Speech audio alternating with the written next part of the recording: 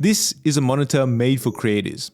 A 32-inch 4K display with an IPS black panel that delivers amazing color accuracy.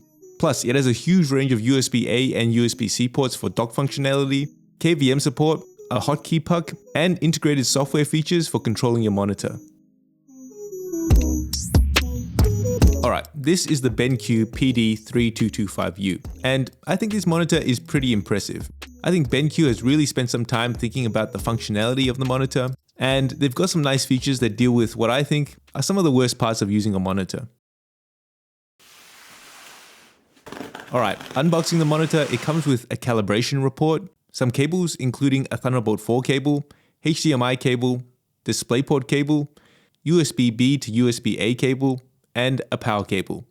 It also comes with a hotkey puck, an additional regional power cable, the backplate, the base and arm of the stand, and of course the monitor. Assembly of the monitor is pretty simple. The box is laid out so you can assemble everything without having to remove the monitor from its packaging. Just pop the arm of the stand into the monitor, screw in the base of the stand, and you can lift the monitor out of the box.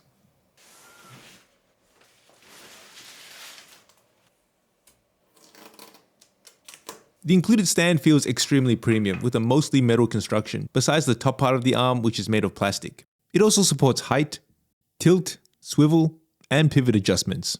Although it only pivots 90 degrees in one direction. So it'll be a bit tricky to access the buttons on the back if you're planning to have it against another monitor. But you do have access via the hotkey puck, which I'll talk about a little later on. It also has a pretty big footprint compared to some of the other monitor stands I own, but it is pretty thin, so it's not that big of a deal. You can easily put stuff on the stand and treat it as part of your desk. But with all monitors, I personally prefer to use them with a monitor arm to keep things clear on the desk. And the PD3225U does have an 100 by 100 VESA mount, so that's also an option. In terms of looks, I like it. I think it's a product that's aimed towards a professional or prosumer market, and it definitely fits that vibe. It's a pretty minimal look with a nice space gray finish on the stand. The monitor itself is maybe a bit chunky, but when you're sitting and actually using the monitor, you don't really see that. You only see the stand, which is pretty minimal. Plus, I think the monitor is a bit thicker, so they could have no chin on the front of the monitor. Just a thin bezel all the way around. So it's definitely a trade-off I'm happy to make. I also appreciate that because there's no chin, there's actually not much room for branding on the monitor itself. Which means if you're using a monitor arm, you're actually not looking at any branding at all. When it comes to monitors, it's normally the hardware that's the most exciting part. And this has some pretty impressive hardware. It's got a color accurate panel and dock features with plenty of downstream ports and KVM functionality, but we'll get into that a little later. Something that's really cool about this monitor is actually its software. So the PD3225U works in conjunction with BenQ's DisplayPilot 2 software, and it's basically on-screen controls for the display. I feel like the way you interact with the monitor is generally a bit of an afterthought for most manufacturers. And I guess I can kind of understand why. The panel is the most important part. But anytime I need to adjust something on the monitor, like brightness or picture-in-picture mode, I've always found it really clunky to dig around using the controls on the monitor. A lot of the times for brightness, I just try to find a happy medium so I can avoid making adjustments. But with DisplayPilot 2, I find myself adjusting the settings more often when I need to because I'm not afraid to interact with the monitor. So DisplayPilot 2 is an app available for Mac and Windows, and once it's installed, it either sits in your menu bar or taskbar depending on your OS, and it gives you quick access to the monitor's settings, which are just some really nice quality of life features. I was kind of iffy about software controls. A lot of the times, software controls for hardware can be a bit temperamental, but DisplayPilot 2 has been very stable. I haven't run into any issues using it. To use the software, connect your computer to either the Thunderbolt port or the USB-B port. For everyday use, I find it particularly useful to have quick access to the monitor's brightness, picture-in-picture mode, and input controls. For creators, you also have access to your different color modes, as well as Print Assist, which is supposed to emulate how your work looks after it's been printed. Although, for reasons I'll get into a little later, this monitor might not be the best if you're planning to work with print. If you're using a Mac, DisplayPilot 2 also syncs the monitor up with your keyboard, so you can control the brightness and volume with your keyboard just like you would on a regular Mac display. So it's all very intuitive. Of course, if software is not your thing, there are still physical controls on the monitor itself. And thankfully, it is a joystick control, which is way easier to use compared to monitor buttons. But I don't find myself using them too often because BenQ also includes a control puck. So the puck includes a clickable and rotatable dial, as well as 5 additional buttons that you can use to navigate through the monitor's settings. But there's also plenty of options to customize the buttons and the dial to control anything from brightness and volume to color profile and video input. It's very responsive, and the cable connecting the puck is decently long, so you can easily move it around on your desk. But it would have been nice if it was even longer so I could feed it through the monitor arm for a cable-free look. Still, it's a great way to interact with the monitor.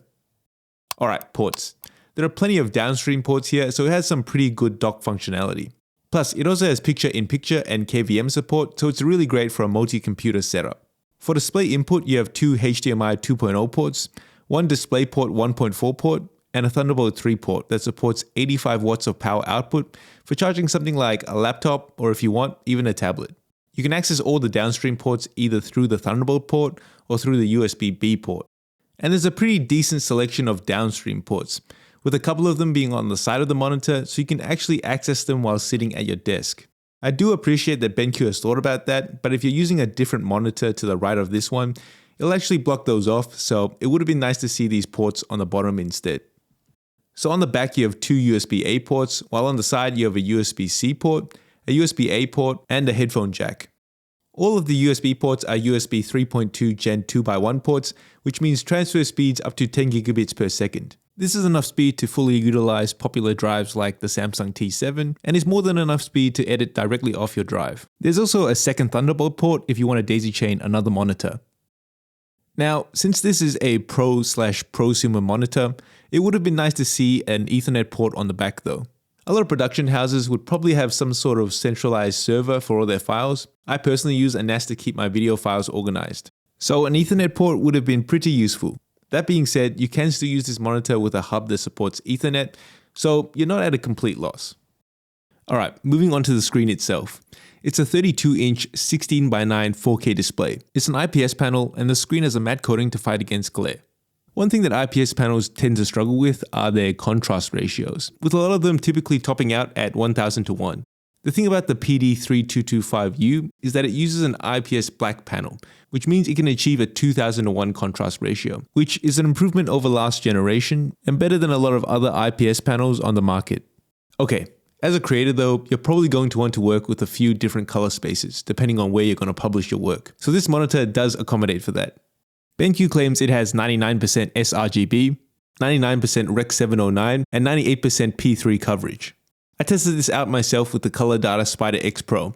It showed very similar results with 100% sRGB coverage and P3 coverage falling just a little short at 94%. Important to note though, if you're planning to work with print, the Spider X Pro was only showing 88% ARGB coverage. So overall, pretty impressive numbers if you're working primarily with digital design like web design or video work. But if you're primarily working with print, you might want to look at a monitor that has a bit more of a focus on that front. So the monitor includes several color profiles which you can access through the display pilot or the puck or the monitor controls to best match the space you're working in. It also includes a profile that BenQ calls MBook, which matches the PD3225U's display with your MacBook. To be honest though, I don't really see this being that useful from a professional standpoint, unless you're producing work that you know is going to be specifically shown on a MacBook display. Although from a more casual use case, you might just want to have matching colors if you're using both the displays at the same time. Don't know if it's worth switching back and forth just for that uniformity though. If there's a use case that I don't know of, let me know in the comments below. For creators, I think it is really important to have a color accurate monitor. You can't control the display your work is going to be viewed on, so an accurate monitor will give you the best chance of controlling how your work will look when it's being consumed. I'm going to be honest, I've been a victim of an inaccurate monitor myself. I spent hours writing, shooting, and editing a video, but then naively color graded it on a monitor that was way too warm. I uploaded it and only realized the next morning when I noticed that the final video was way too cool on pretty much any monitor I watched it on. So the PD3225U comes pre-calibrated right out of the box, with Pantone and Calman verifications. Pantone is a company that makes these cool cards and in the business of color uniformity. And Calman is a leading software in display calibration. BenQ also includes a calibration report for each individual monitor, and it shows some of the test conditions and the results. Most importantly, it shows that my monitor has a color delta E value less than 1. So for this test, a colorimeter is used to measure the light from the monitor at different colors, And the delta E is the average of all the differences between the expected RGB values and the RGB values that the monitor actually produces. To put this into context, any color delta E value less than 1 means there's no perceivable difference in color that an expert can see. Now, my tools aren't as fancy as BenQ's, but I did test this out myself, and the Spider X Pro confirmed that the monitor needed no further calibration right out of the box. Alright, I just wanted to touch on the monitor's speakers real quick because it does have two 2.5 watt speakers built in. They both fire out of the top of the monitor and, well, they don't sound great. Super muffled actually. I think if you're only relying on them for incoming notifications, then it's alright. But otherwise, I'd definitely recommend getting a pair of speakers or a set of headphones. Alright, those are my thoughts on the BenQ PD3225U. I think it's a pretty great monitor with some really great software and hardware productivity features, with DisplayPilot 2, the hotkey puck, plus KVM and dock functionality that is just really convenient. And the color accuracy of your panel means you get the best results when working with digital design and video. Okay, don't forget to like and subscribe if you found this video helpful, and that's it. I'll see you guys next time.